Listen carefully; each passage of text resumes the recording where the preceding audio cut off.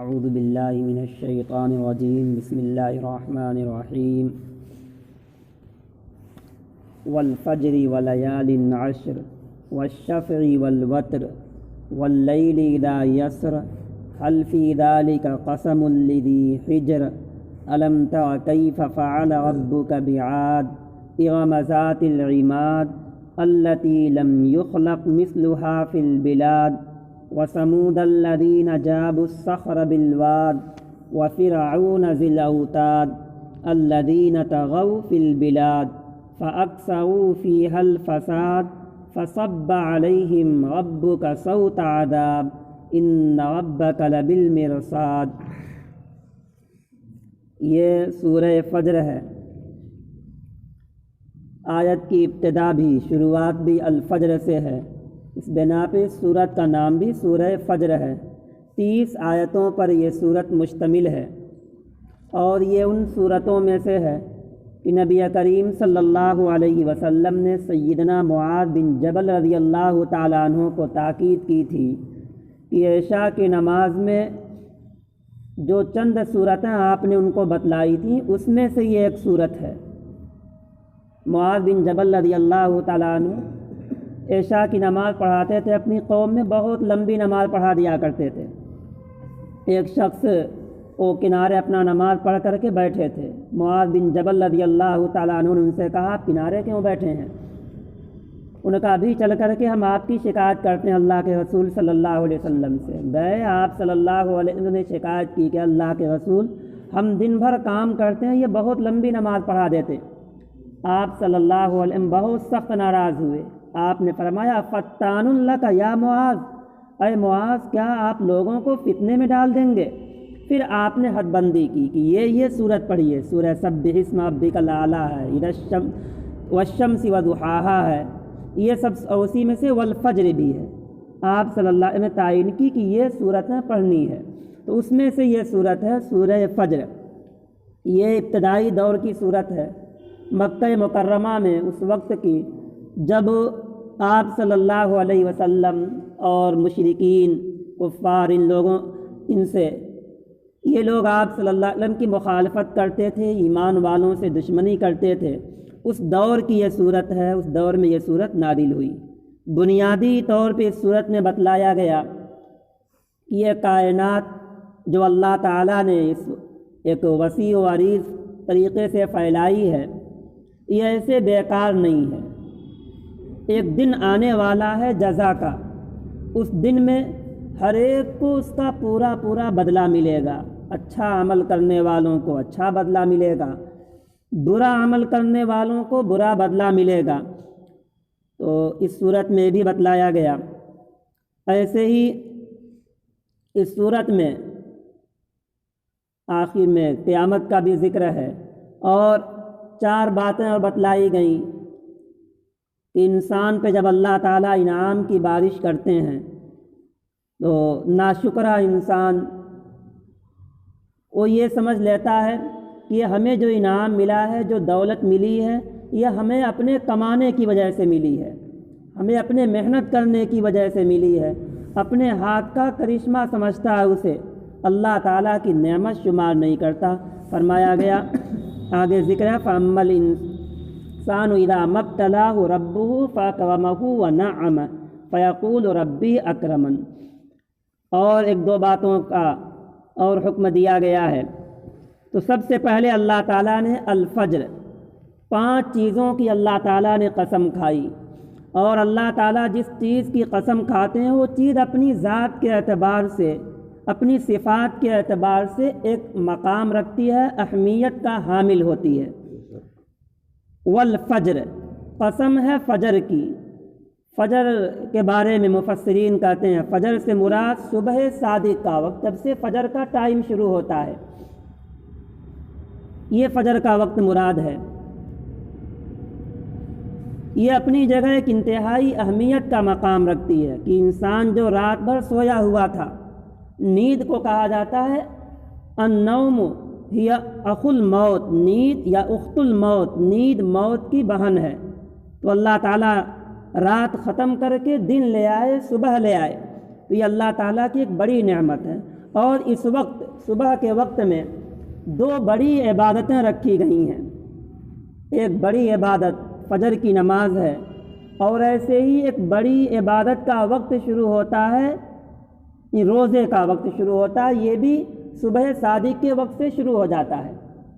جو ہی صبح صادق ہوتی یعنی فجر کا ٹائم شروع ہوتا، روزہ شروع ہو جاتا ہے۔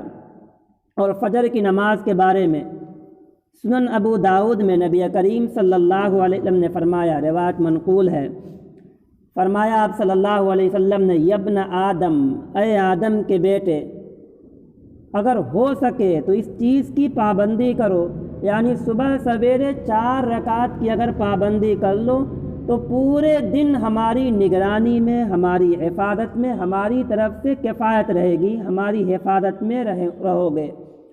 یہ اللہ کے رسول صلی اللہ علیہ وسلم نے فرمایا۔ 4 رکعت سے مراد فجر کی 4 رکعت ہے، 2 رکعت سنت، 2 رکعت فرض۔ 4 رکعت پڑھ لینے سے وہ بندہ اللہ تعالیٰ کی نگرانی میں رہتا ہے، ورنہ غفلت ہوتی ہے، شیطان تو متوجہ کرتا ہی، کسی طرح سے ہم ہٹا دیں، نماز سے غافل کرا دیں، فجر کی نماز چھوڑا دیں۔ حدیث میں ہے کہ جب انسان سوتا ہے تو اس کے گدی پر شیطان بیٹھ جاتا ہے، 3 گرہ لگا دیتا ہے، اور اخیر پہر میں تو اور مضبوط کر دیتا ہے، اٹھنے نہیں دیتا، پوری کوشش ہوتی ہے کسی طرح اٹھے نہ، لیکن جو ہی آنکھ کھلے فوراً اگر یہ اٹھ کے بیٹھ جاتا ہے، کچھ دعا پڑھ لے، تسبیح پڑھ لے تو گرہ کھل جاتی ہے، وضو بنا لیتا ہے، دوسری گرہ کھل جاتی ہے، کچھ رکعتیں پڑھ لیتا ہے تو تیسری گرہ بھی کھل جاتی ہے۔ اور اگر کوئی شخص سو جاتا ہے، فجر کی نماز چھوڑ دیتا، تو شیطان اس کے منہ میں پیشاب کر دیتا ہے۔ صحیح بخاری میں ہے کہ بال الشیطان فی فی، شیطان منہ میں پیشاب کر دیتا ہے۔ تو فجر کی اہمیت کی وجہ سے اللہ تعالیٰ نے فجر کی قسم کھائی، صبح کے وقت کی قسم کھائی۔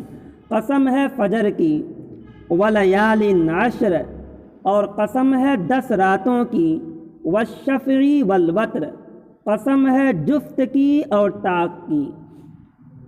10 راتوں سے کیا مراد ہے؟ اس سلسلے میں علماء تفسیر سے 2 قول منقول ہے، اور دونوں مراد ہو سکتا ہے۔ 10 راتوں سے مراد یا تو ذی الحجہ کی 10 راتیں ہیں، اور رات بول کر کے دن بھی مراد لیا جاتا ہے، رات میں دن بھی یہ شامل ہوتی ہے۔ عربی کا ایک ضابطہ ہے کہ رات بولتے ہیں تو دن بھی مراد لیا جاتا ہے۔ تو ذی الحجہ کے 10 دن 10 راتیں یہ انتہائی اہمیت کی حامل ہیں، 1 ذی الحجہ سے لے کے پورا 10 ذی الحجہ تک۔ تو ان 10 راتوں کی اللہ تعالیٰ نے قسم کھائی، اور بعض مفسرین کہتے ہیں 10 راتوں سے مراد رمضان کے اخیر عشرہ، یعنی 21 رمضان سے لے کے 30 تک کا یہ 10 راتیں مراد ہیں، یہ بھی انتہائی اہمیت کے حامل ہیں۔ والشفع والوتر، شفع سے مراد یوم النحر ہے، یعنی 10ویں ذی الحجہ، 10ویں ذی الحجہ ہے، اور وتر سے مراد 9ویں ذی الحجہ۔ 10ویں ذی الحجہ کو بھی حج کے کام بہت سارے واجبات رہتے ہیں۔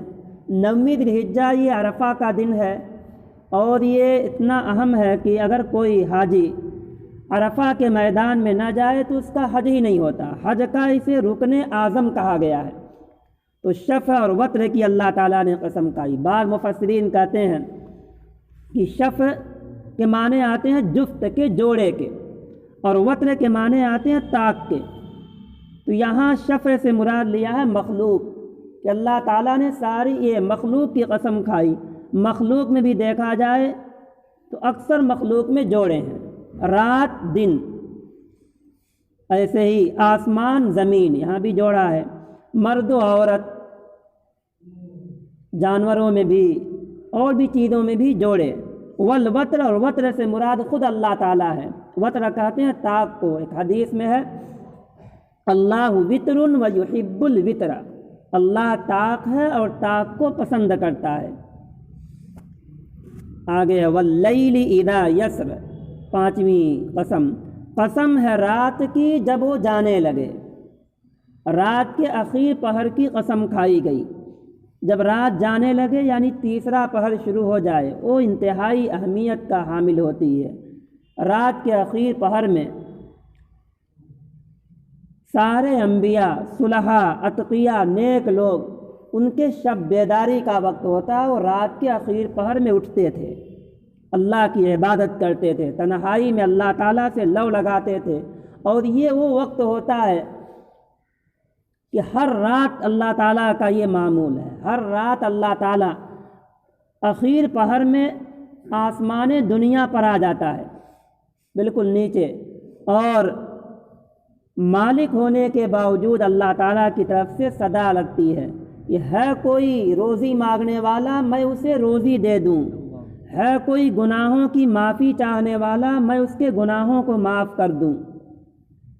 اللہ تعالیٰ کے مقبول بندے، نیک بندے، وہ اس وقت اٹھ کر کے اللہ سے لو لگاتے، عبادت کرتے۔ آج کل تو بہت آسان ہے اٹھنا، اس لیے کہ رات لمبی ہو رہی ہے۔ اسی بنا پہ نبی کریم صلی اللہ علیہ وسلم نے فرمایا، اس سردی کے موسم کو تو آپ نے بہار کا موسم فرمایا، الشتاء ربیع المومن، جاڑا یہ مومن کے لیے موسم بہار ہے۔ فرمایا گیا آپ نے من طال لیلہ فقام، اس کی رات لمبی ہوتی ہے، قیام آسان ہوتا ہے، تو آخر پہر میں اٹھنے کی عادت ڈالنی چاہیے۔ یہ چند دن تک ہوگا، تھوڑا مشکل معلوم ہوگا، پھر عادت بن جائے گی تو بہت آسان ہو جائے گا آخر پہر میں اٹھنا۔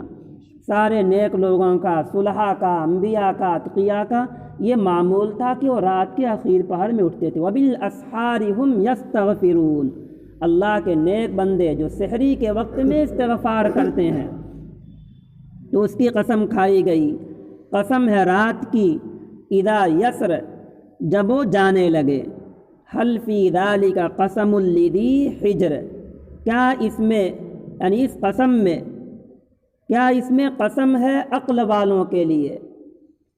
عقل کو حجر کہا گیا، حجر کے معنی آتے ہیں روکنے کے، عقل کو حجر اس بنا پہ کہتے ہیں کہ عقل بھی غلط چیزوں سے، غلط باتوں سے عقل روک دیتی ہے، ناشائستہ اخلاق سے عقل روک دیتی، تو عقل کو حجر اسی بنا پہ کہا جاتا۔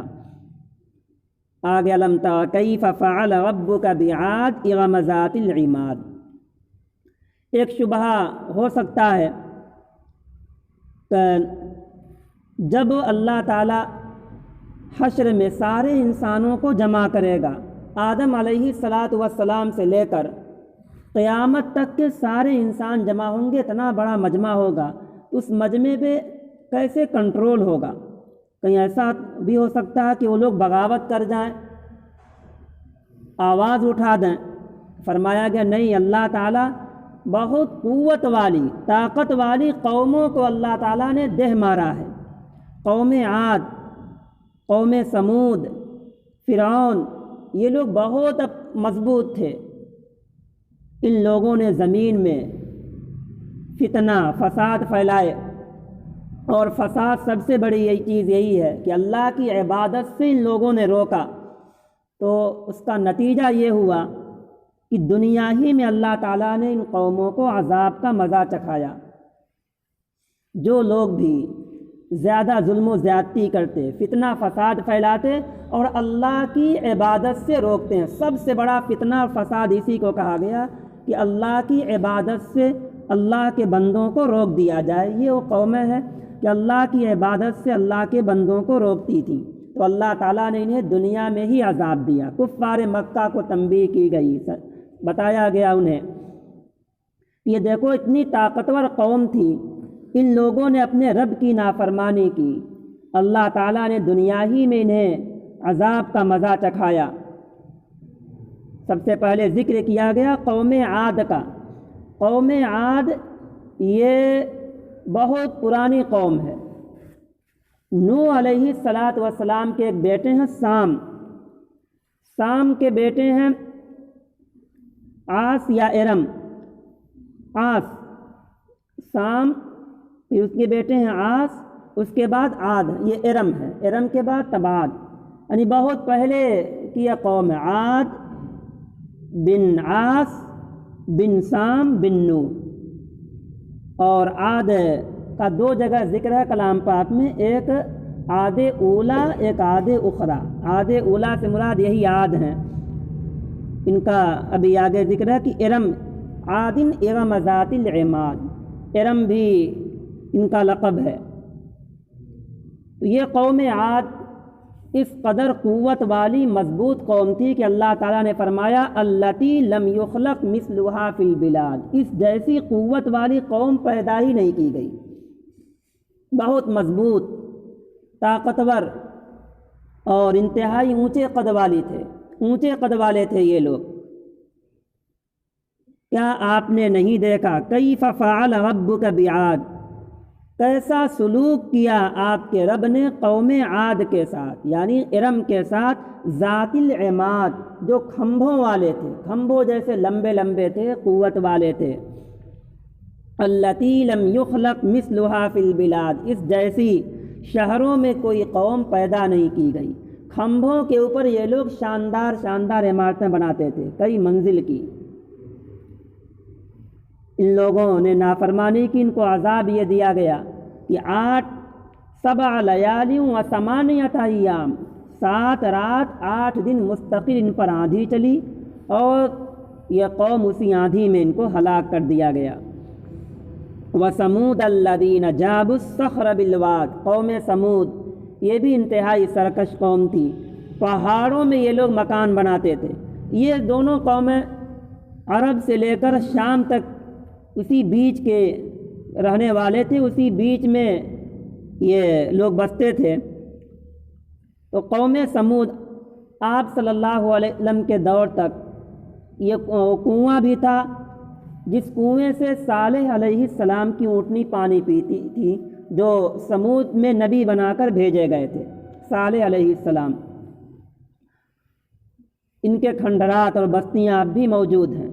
آپ صلی اللہ علیہ وسلم جب گزرتے تھے، آپ کا گزر ہوا، جا رہے تھے آپ تبوک میں، ان کی بستیوں پر سے گزر ہوا، آپ نے فرمایا کہ ان کی طرف نگاہ نہ کرو، سواری کو تیزی کے ساتھ گزارو، اس لیے کہ اور روتے ہوئے گزرو، باکینہ، روتے ہوئے آپ نے فرمایا گزار جائے، اس لیے کہ ایسی قوم ہے کہ ان پر اللہ تعالیٰ کا عذاب آیا ہے۔ یہ قوم سمود، الذین جابوا الصخر بالواد، جو وادی قرا میں پتھروں کو تراشے، وفرعون ذی الاوتاد، اور فرعون جو میخوں والا تھا، اس کو میخوں والا کئی بنا پہ کہا گیا۔ میخ کیل، ایک تو یہ کہ فوجیں بہت زیادہ تھیں اس کے پاس، تو ان کے جانور بھی بہت تھے، کیلاں گاڑی جاتی تھی جس میں جانوروں کو باندھا جاتا تھا۔ اور دوسرا مطلب یہ کہ فرعون جب کسی کو سزا دیتا تھا تو تیز دھوپ میں اسے لٹا دیتا تھا اور ہاتھ پیر میں کیل گاڑ دیتا تھا، پھر اس کے اوپر سینے پر سانپ بچھو چھوڑ دیا کرتا تھا۔ یہ فرعون سزا دیتا تھا، اس بنا پہ اسے میخوں والا کہا گیا۔ وفرعون ذی الاوتاد، اللہ تعالیٰ نے اس کو بھی غرق کیا، اس کو بھی ڈبو دیا۔ الذین طغوا فی البلاد، یہ سارے لوگ شہروں میں سرکشی کیے، حد سے بڑھے۔ فاکثروا فیہا الفساد، فساد میں ان لوگوں نے زیادتی کی، تو اللہ تعالیٰ نے دنیا ہی میں انہیں عذاب کا مزہ چکھایا۔ فصب علیہم ربک سوط عذاب، برسایا ان پر آپ کے رب نے عذاب کا کوڑا۔ سب لایا گیا، انزلہ نہیں لایا گیا کہ برسایا، سنبھلنے کا ان کو موقع نہیں ملا۔ جیسے لگاتار بارش ہوتی ہے، ایسے ہی لگاتار ان پر عذاب کا کوڑا برسا۔ ان ربک لبالمرصاد، بے شک آپ کا رب گھات میں ہے۔ گھات میں ہونے کا مطلب جیسے کوئی شکاری کہیں چھپ کے بیٹھا رہتا ہے اور شکار کے انتظار میں رہتا ہے، کب شکاری گزرے ہم اسے کب ماریں، ایسے اللہ تعالیٰ ہر ایک کو دیکھ رہا ہے، کون نافرمان ہے، کون فرما بردار ہے۔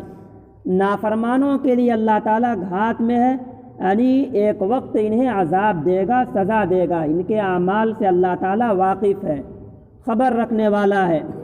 ان ربک لبالمرصاد، بے شک تیرا رب گھات میں ہے۔ یعنی ایک دن آنے والا ہے کہ اللہ تعالیٰ اس دن میں فرما برداروں کو اچھا عمل، اچھا صلہ دے گا، اور نافرمانوں کو انہیں عذاب سے، سزا سے دوچار کرے گا۔ آگے ذکر ہے فَأَمَّا الْإِنسَانُ إِذَا مَبْتَلَاهُ رَبُّهُ فَأَكْرَمَهُ وَنَعَّمَهُ فَيَقُولُ رَبِّي أَكْرَمَنِ، ناشکرا انسان اذا مبتلاہ، اللہ تعالیٰ کبھی مال دے کر کے آزماتے ہیں، کبھی مال لے کر کے آزماتے ہیں۔ جب اللہ تعالیٰ مال دیں تو اس پر اللہ تعالیٰ کی نعمت پہ شکر ادا کرنا چاہیے کہ اللہ تیرا شکر ہے کہ آپ نے ہمیں مال دیا۔ موسیٰ علیہ السلام نے قارون سے کہا کہ اپنا مال راہ خدا میں صدقہ کرو، تو قارون نے کہا یہ تو میری کمائی ہے، وابتغ فیما آتاک اللہ الدار الآخرہ ولا تنس نصیبک من الدنیا احسن کما احسن اللہ الیک۔ فرمایا موسیٰ علیہ السلام نے بھلائی کرو جیسا اللہ نے تمہارے ساتھ بھلائی کیا۔ تو قارون نے کہا تو ہم نے اپنے زور بازو سے کمایا ہے، اس میں کسی اور کا کیا دخل ہے، کیوں ہم بھلائی کریں؟ فرمایا کہ نہیں، مال اللہ تعالیٰ کی نعمت ہے، اگر اس پہ شکر ادا ہوتا ہے تو پھر مال بھی بڑھے گا اور وہ مالدار اللہ تعالیٰ کے مواخذے سے بچا رہے گا، اللہ کی پکڑ سے بچا رہے گا، اللہ کے عذاب سے بچا رہے گا۔ اور اگر کسی شخص کو اللہ تعالیٰ غریب بنا دیں، مسکین بنا دیں، فقیر بنا دیں تو اس کے اوپر صبر کرے، شکوہ شکایت نہ کرے۔ اگر وہ اس پر صبر کرتا ہے تو اللہ تعالیٰ اسے بھی اجر سے، ثواب سے، جزا سے نوازیں گے۔ اور اگر اس پر شکوہ شکایت کرتا تب تو یہ کفر تک لے جانے والا عمل ہے۔ کاد الفقر ان یکون کفرا، قریب ہے کہ فقیری انسان کو کفر تک پہنچا دے، اور وہ فقیری کہ اس پر صبر کرتا ہے، شکوہ شکایت نہیں کرتا، تو ایسوں کے لیے بڑا اجر ہے۔ آپ صلی اللہ علیہ وسلم نے فرمایا کہ جس بندے سے اللہ تعالیٰ محبت کرتے ہیں اسے دنیا سے ایسے بچا لیتے ہیں جیسے لوگ اپنے بیماروں کو پانی سے بچاتے ہیں، ایسے اللہ تعالیٰ اس کو بھی بچا لیتا ہے۔ فَأَمَّا الْإِنسَانُ إِذَا مَبْتَلَاهُ رَبُّهُ فَأَكْرَمَهُ وَنَعَّمَهُ، بہرحال انسان جب اسے اس کے رب نے آزمایا، فَأَكْرَمَهُ، پھر اس کا اکرام کیا، وَنَعَّمَهُ، اسے نعمت دی، فَيَقُولُ رَبِّي أَكْرَمَنِ، تو کہتا ہے کہ میرے رب نے میرا اکرام کیا۔ وَأَمَّا إِذَا مَبْتَلَاهُ فَقَدَرَ عَلَيْهِ رِزْقَهُ، اور جب اسے آزمایا پھر اس پر تنگ کر دیا اس کی روزی کو، فَيَقُولُ رَبِّي أَهَانَنِ، تو کہتا ہے میرے رب نے میری توہین کر دی۔ مطلب یہ کہ ہر حال میں اللہ کے فیصلے پر راضی نہیں رہتا، اللہ تعالیٰ جس حال میں رکھے ہر حال میں اللہ کے فیصلے پر راضی رہنا چاہیے۔ عمران بن حسین رضی اللہ تعالیٰ عنہ بڑے اونچے درجے کے صحابی ہیں، ایک مرض میں مبتلا ہوئے تھے، ناسور میں 32 سال تک بستر پہ لیٹے تھے روح کے بل، اور انتہائی شدید تکلیف تھی، اس میں بھی شکر کے الفاظ ان کے زبان پر جاری تھا۔ لوگوں نے ان سے پوچھا اتنی سخت تکلیف ہے اور آپ اس پر کیا شکر ادا کرتے ہیں؟ نے کہا اللہ تعالیٰ جس حال میں رکھے، جیسے رکھے اللہ تعالیٰ، اللہ کی رضا جس میں ہو، میرے لیے وہی حالت بہتر ہے۔ تو ہر حال میں اللہ کے فیصلے پر راضی رہنا چاہیے۔ کہیں گھر میں بیماری آ گئی یا ناموافق حالات پیش آ گئے یا کوئی ایسی چیز اچانک سامنے آ گئی تو یہ سمجھنا چاہیے منشأ خداوندی ہے، یہ کہہ کر کے اس پر صبر کرنا چاہیے، شکوہ شکایت نہ ہو۔ اگر یہ چیز رہی تو آگے انعام کا ذکر ہے۔ وَأَمَّا إِذَا مَبْتَلَاهُ فَقَدَرَ عَلَيْهِ رِزْقَهُ، جب اسے اس کے رب نے آزمایا، فَقَدَرَ عَلَيْهِ رِزْقَهُ، اس پر اس کے رزق کو تنگ کر دیا، تو کہتا ہے میرے رب نے میری توہین کی۔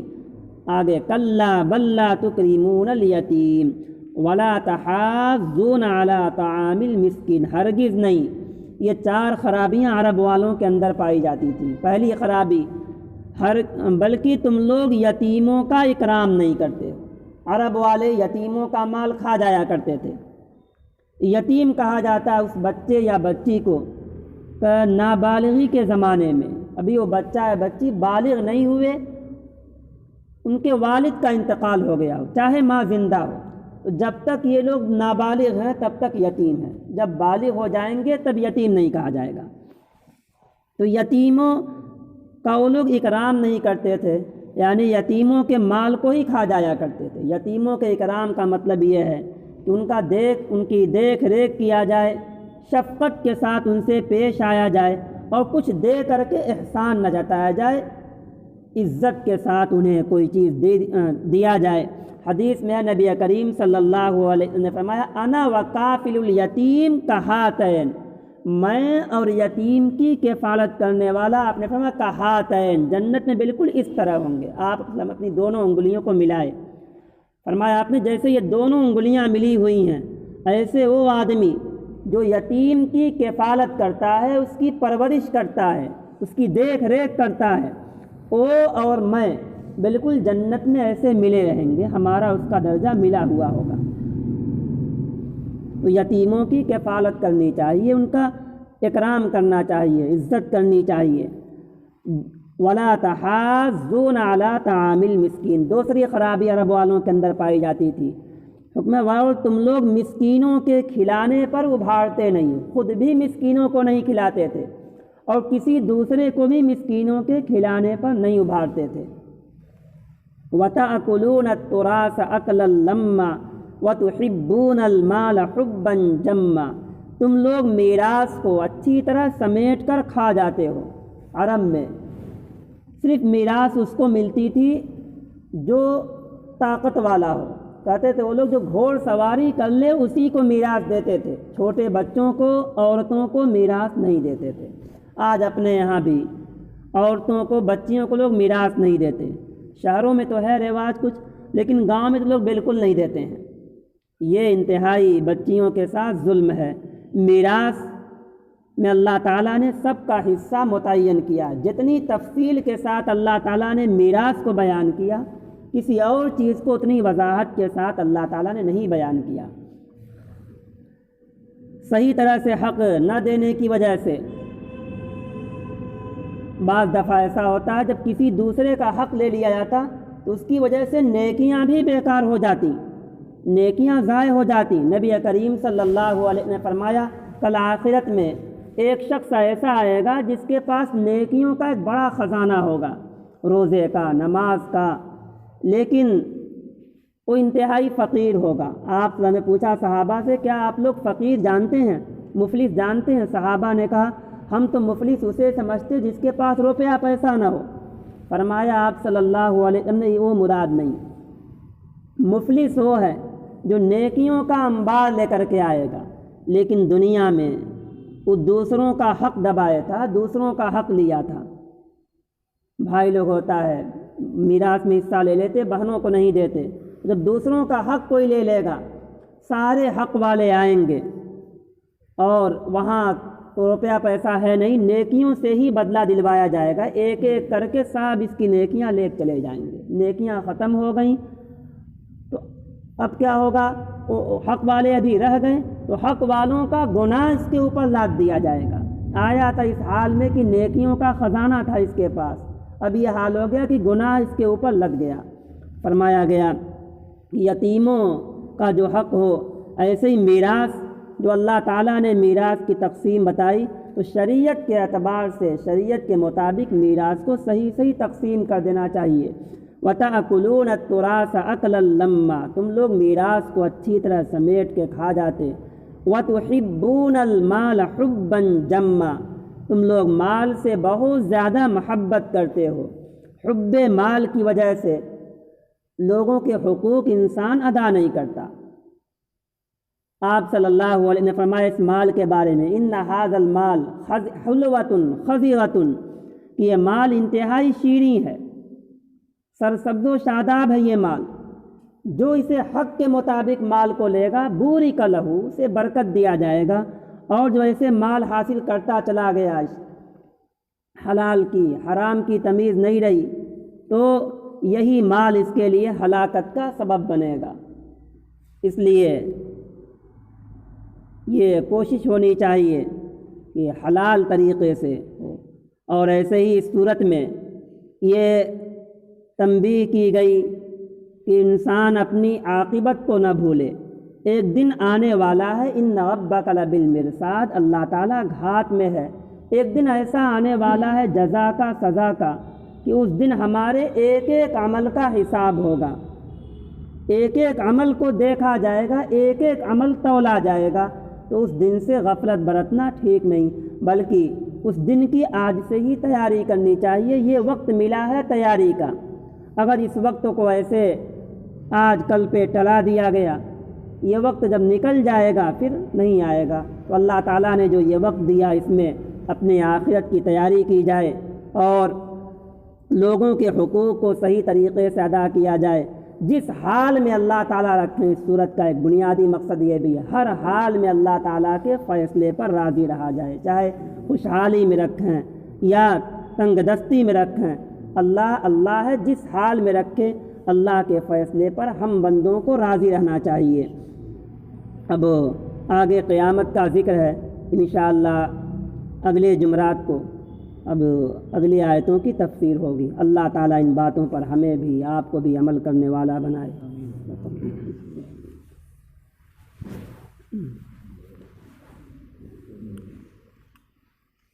الحمدللہ رب العالمین والصلاة والسلام علی رسولہ النبی الکریم محمد وآلہ واصحابہ اجمعین۔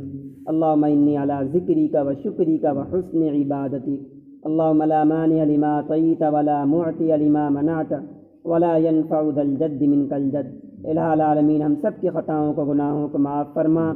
یا اللہ ہم سب کو اپنا مطیع و فرما بردار بندہ بنا۔ حاضرین کے دلوں میں جو جائز ارمانیں ہیں، تمنائیں ہیں، آپ ہم سے بہتر جانتے ہیں۔